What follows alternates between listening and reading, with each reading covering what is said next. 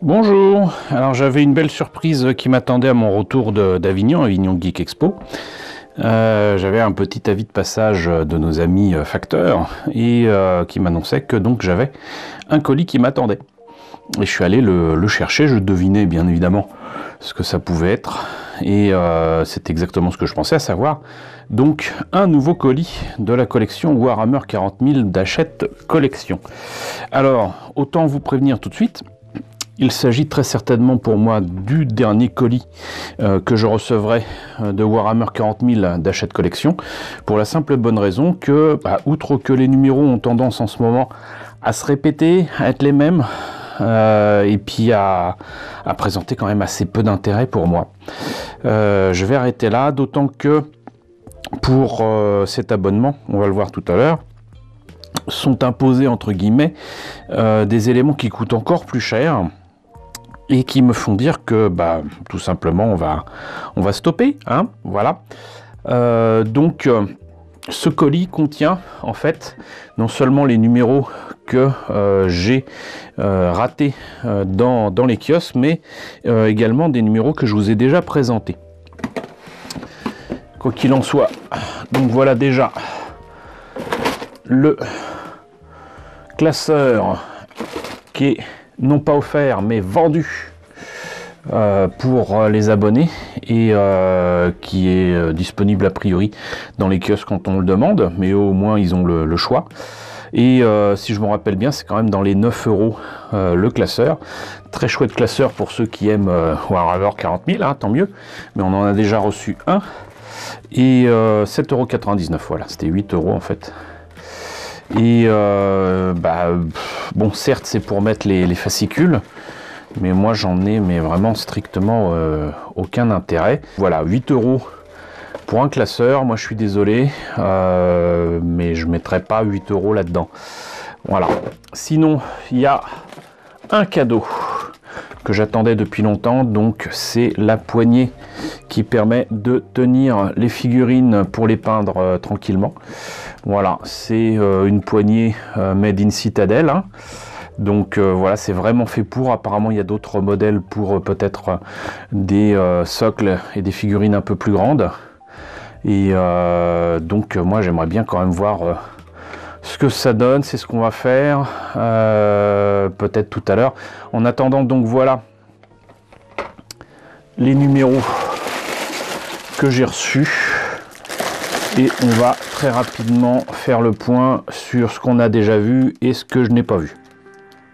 Alors je viens de vérifier, on ne sait jamais, j'ai bel et bien déjà présenté le numéro 12 avec le Full Blight Spawn.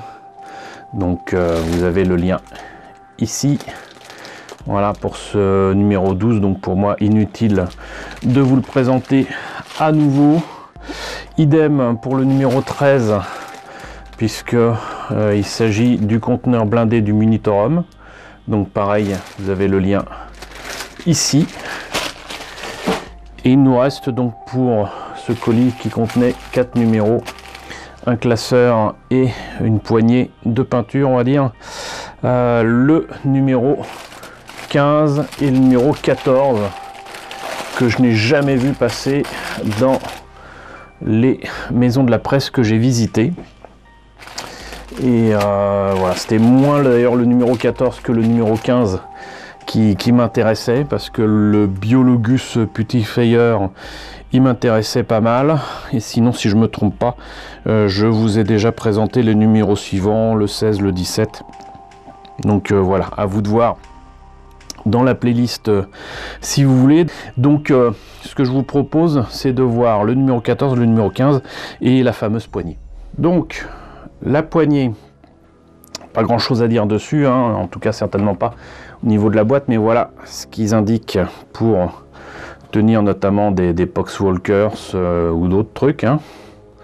Voilà, donc c'est adaptable aux petits et aux grands socles. Voilà.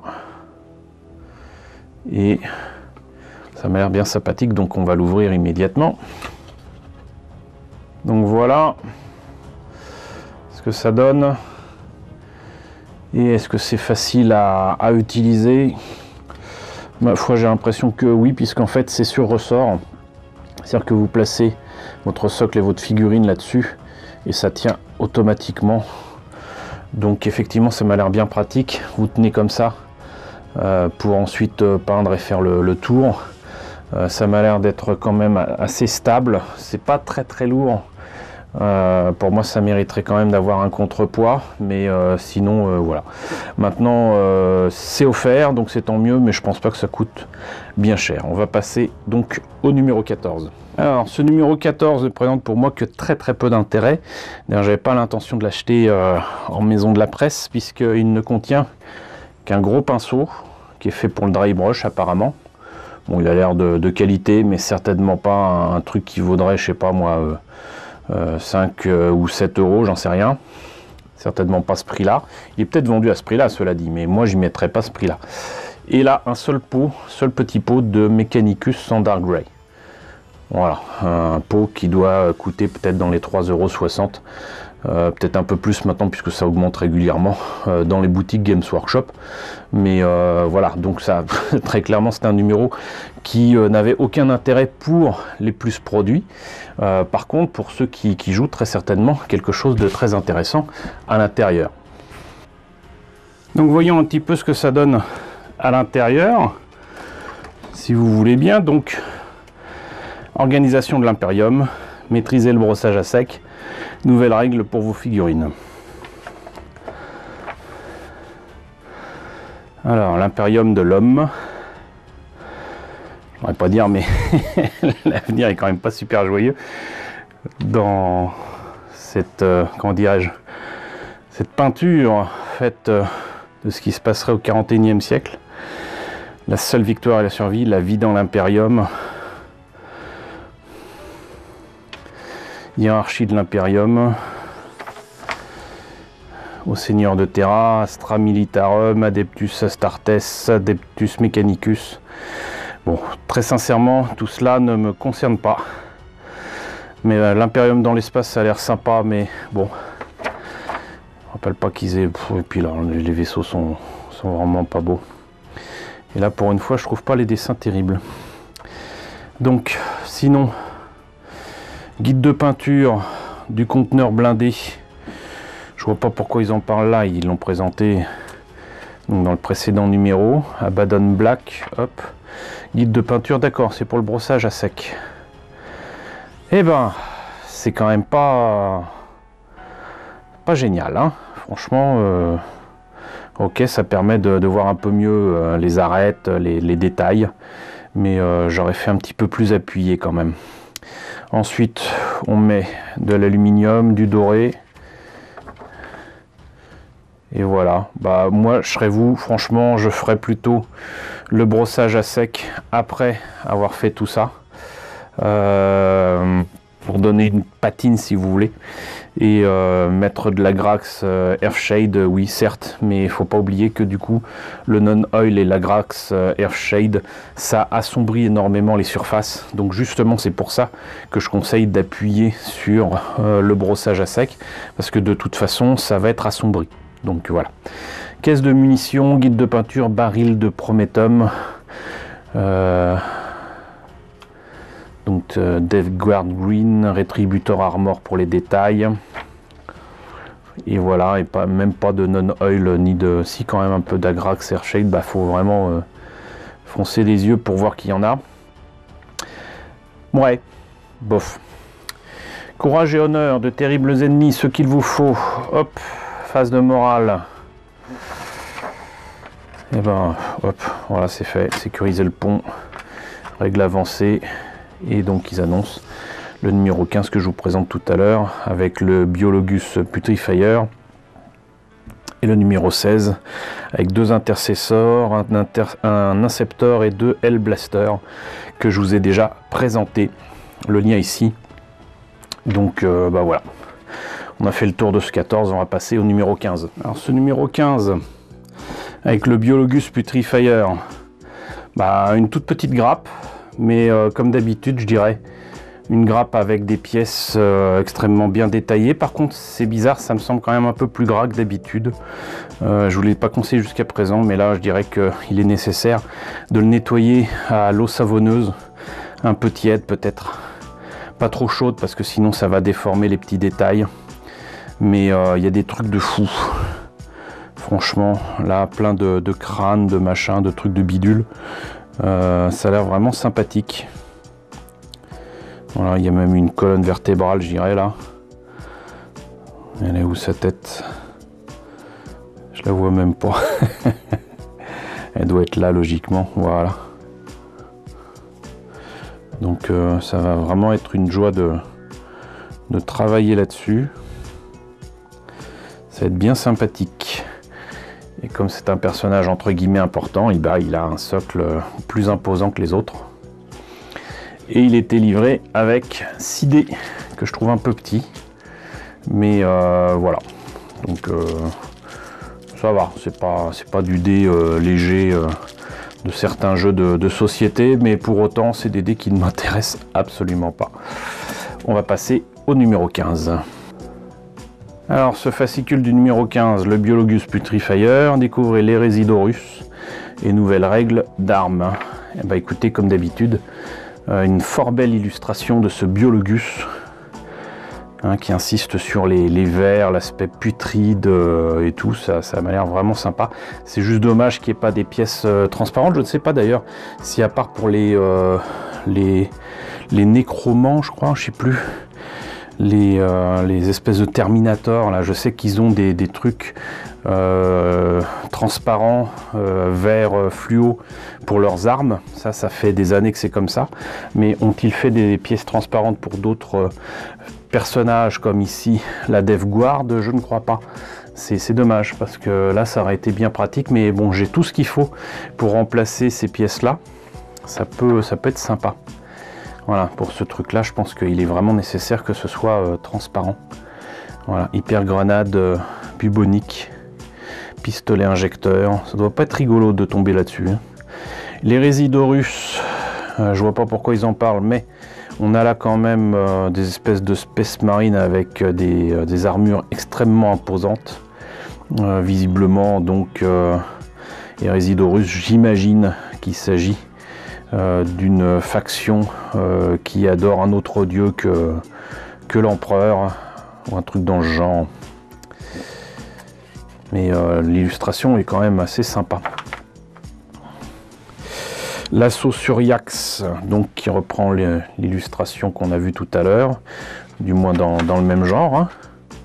C'est pas le même fond, c'est très exactement la même pose. Les démons de Nurgle furent les premiers à envahir la planète Yax, mais la Death Guard ne tarda pas à les suivre. Hop, vous voyez la chair crépiter, le sang coagulé, quelle merveille. Superbe. À cette période du coronavirus, ça fait plaisir à lire. Donc le Biologus Putrifier, les pièces, comment le monter, hop là. Ensuite la peinture. Death Guard Green, on aura deviné, de la Badon Black, moi j'aurais mis en premier.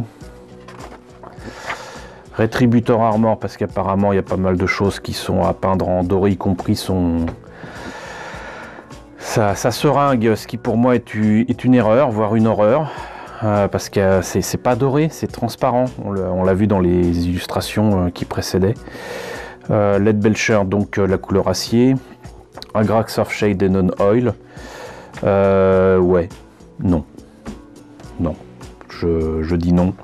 C'est absolument pas ce qui permet de rendre correctement ce qu'on a vu en illustration. Ça ne fait pas honneur à cette figurine. Bugsman's Glow, oui, bah oui quand même, hein, un petit peu. Et figurine terminée, non. Guerre biologique, Biologus. Armes, vecteur de maladie, profil d'armes, voilà, la lutte continue, youpi. Prochaine conquête, donc je vous l'ai dit, hein, de toute façon, les deux intercessors, l'inceptor, les deux Hellblaster, ça je vous les ai déjà présentés, et donc le numéro 17, c'est pour ça que je vous dis que je vais arrêter, parce que bah voilà, aucun intérêt pour moi, puisque je ne prends ces trucs là que pour les grappes de figurines, de décors et compagnie.